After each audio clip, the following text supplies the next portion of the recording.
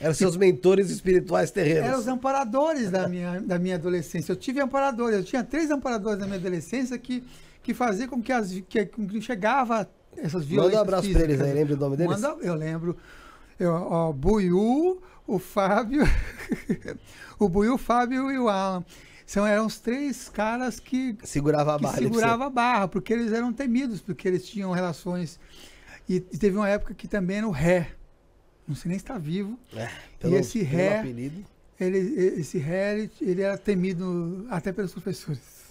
Porque acho que ele fez um curso de tiro. Eu falei. Então eu não precisei, mas o esporte em si é alguma coisa interessante, viu? A arte marcial em si, eu acho que é uma coisa interessante para a disciplina. Sim, para disciplina, dizem que é algo que é muito importante para a gente mesmo, né? Porque é muito fácil a gente se perder. A gente fala assim, eu gosto de coisa espiritual, mas você para meditar todo dia, ou você para meditar pelo menos 2, 3 vezes por semana, você para fazer uma prática de movimentação de energia, você para fazer uma prática para ter a projeção, uma experiência fora do corpo, você para pulsar pelo menos um chakra. É essa disciplina que é o negócio. E as artes marciais, elas funcionam porque tem alguém tocando. Por que é que as pessoas gostam do Saulo? Porque todo dia o Saulo está incentivando. Pô, se o Saulo está fazendo, está aqui, tá mantendo. Às vezes a pessoa nem tem tanta motivação, mas tá tanta todo gente dia ele tá com os FAQ dele lá abrindo, pá. Por que a pessoa gosta de acompanhar os vídeos do Wagner? Porque tá incentivando. Exatamente. Por que acontece de todos esses que se tornam referências? Porque aqueles são incentivadores para a pessoa manter a disciplina. Porque é muito fácil a gente dispersar Você e para uma, diversas 2, 3 noites, acabou. E a constância é a que faz a diferença para todo e qualquer tipo de experiências espirituais. Para aprimoramento de uma psicografia, aprimoramento de qualquer sensação e possibilidade de transmissão espiritual é a constância. Se não tem a constância, você não melhora, você não ativa, você não aprimora nada. Não entra nessa excelência, não é melhor amanhã do que foi hoje. E como é que você, então, começou a sentir realmente que a mediunidade estava se tornando um pouco mais ostensiva? Aí, com 14 anos de idade, eu comecei a ter essa conexão ligada com conhecimentos mais espirituais, notadamente orientais, por conta da experiência aqui do monge e tudo mais. Yoga, e aí fui fazer práticas de yoga, então fui fazer aulas de yoga e embarquei também em centros espírita, umbanda, e aí começou também os desenvolvimentos mediúnicos. Já trabalhei em desenvolvimentos mediúnicos, em mesa branca, em diversos outros sistemas de trabalho espirituais, de desobsessão. Então, há 14 anos já comecei a fazer isso. 15 anos aprimorou mais ainda, porque aí já comecei a ser a pessoa que era trabalhador da casa mesmo. Então, comecei a trabalhar na casa. Em algumas eu era cambono, no outro eu era responsável por doação de energia. Depois também tive... Trabalhou dentro da Umbanda também, então? Também. Também trabalhei na Umbanda. Quanto tempo você ficou na Umbanda? Quantos anos? Foi alguns anos, acho que foi uns 7, 8 anos. Foi. Dentro da Umbanda, nessa linha de Umbanda. Sua experiência, você não era médium de incorporação? Teve também incorporações, teve. E teve um dos espaços que era toda semana que vinha entidades diferentes trazendo mensagem.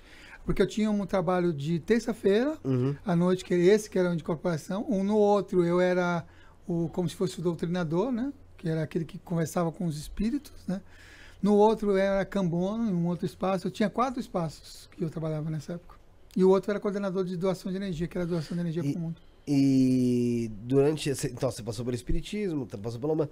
Esses 7, 8 anos da Umbanda, né? Que você falou que trabalhou. Você trabalhou com incorporação também e tal.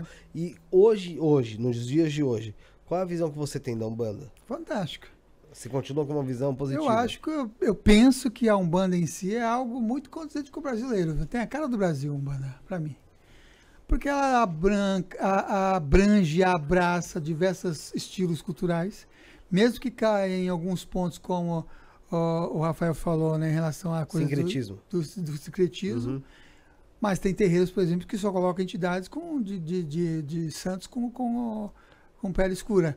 Mas ela, nesse sincretismo e também nessas possibilidades de honrar e reverenciar diversas linhas, eu acho fantástico. Cara do Brasil, Umbanda. Por isso, inclusive, que está em voga e cresce até hoje nessa linha mais conectada. Eu tenho uma visão, desde os 14, muito mais universalista. Então, é muito mais condizente com o que o Wagner pensa do que qualquer outra coisa. Mesmo na época trabalhando com espiritismo e Umbanda ao mesmo tempo. Mas você trabalhando na Umbanda ali, quando você tinha a incorporação, qual que era a sensação que te dava? E outra, depois com o tempo que foi passando e você foi, lógico, aprendendo mais em relação à espiritualidade, tendo mais experiências, você volta a reafirmar suas incorporações, a não ser algo que era anímico ali, né, do animismo. E como é que era essa incorporação para você? Como é que você sentia ela chegar? Como que se manifestava? Aconteceu na época do desenvolvimento, em alguns momentos específicos, de ser totalmente inconsciente, principalmente no trabalho de terça-feira. Uhum. Mas chegou um momento em que começou a ser uma anímica mediúnica, onde eu conseguia ouvir o que a entidade estava falando. E aí eu comecei a aprender com as entidades ao mesmo tempo que a entidade estava incorporada ou estava transmitindo a mensagem. Mas aconteceu de você nem aparentar que estava incorporado? No trabalho de terça-feira, às vezes acontecia de eu apagar e não lembrar. Não, mas eu digo, sim, que seria a incorporação inconsciente. Mas aconteceu de você estar incorporado e nem aparentar que estava incorporado, só ouvindo a entidade? Era mais comum. De ouvir a entidade era mais comum nos trabalhos de desenvolvimento. Que é um pouco repassar, só ouvir e repassar. É um pouco mais parecido, um pouco mais parecido com o espiritismo. Sim. Ali em si. De trazer e você transmite no espiritismo, na desobsessão, boa parte das vezes é porque não tem aquela coisa de incorporar. O espírito parece que fala assim um pouquinho mais à direita e aí você transmite aqui e parece que metade do seu cérebro está aqui e às vezes até você questiona o que a pessoa que está conversando com o espírito está falando. Porque lá tem uma conversa. Imagina que é um podcast, só que uma sessão podcast. Vamos imaginar que o Gaiaça está incorporado aqui comigo aqui, porque ele faltou no meu programa lá na TV Consciência Próxima. Aí eu estou aqui incorporado com o Gaiaça está falando, eu estou aqui, aí você faz a pergunta. E eu não posso perguntar porque eu estou cedendo aqui, eu sou o mecanismo. Mas meu cérebro, metade, eu tinha essa sensação. Está ouvindo o que você está perguntando e está ouvindo o que o Gaiaça está falando. E aí o meu cérebro, já aconteceu isso. Filho, você está perguntando isso, eu perguntaria assim, cara. Essa pergunta ia ser tão legal para ele trazer uma informação, sabe? Aconteceu de eu me questionar. Ao mesmo tempo que você está passando a informação. Ao mesmo tempo que eu estou passando a informação do porquê é que aquela pessoa não fala uma outra coisa para a entidade que estava incorporando. Deu para entender qual é o lance que aconteceu? De parecer que o meu cérebro estava dividido no meio. Mas eu sei que a sensação, eu sentia que a sensação que o Yuri estava do lado direito, mas que meu cérebro estava dividido no meio. E eu escutava a informação dele passando na mesa. Qual entidade você incorporava na Umbanda? Era várias entidades. Então era Preto Velho, era Caboclo, eram várias linhas, depende do trabalho, né? Porque era Mas trabalhava mais na direita, na esquerda? Tinha direita e esquerda. Você preferia qual gira, esquerda ou direita? Não tinha preferência, mas que era muito engraçado trabalhar com os Exus, por quê?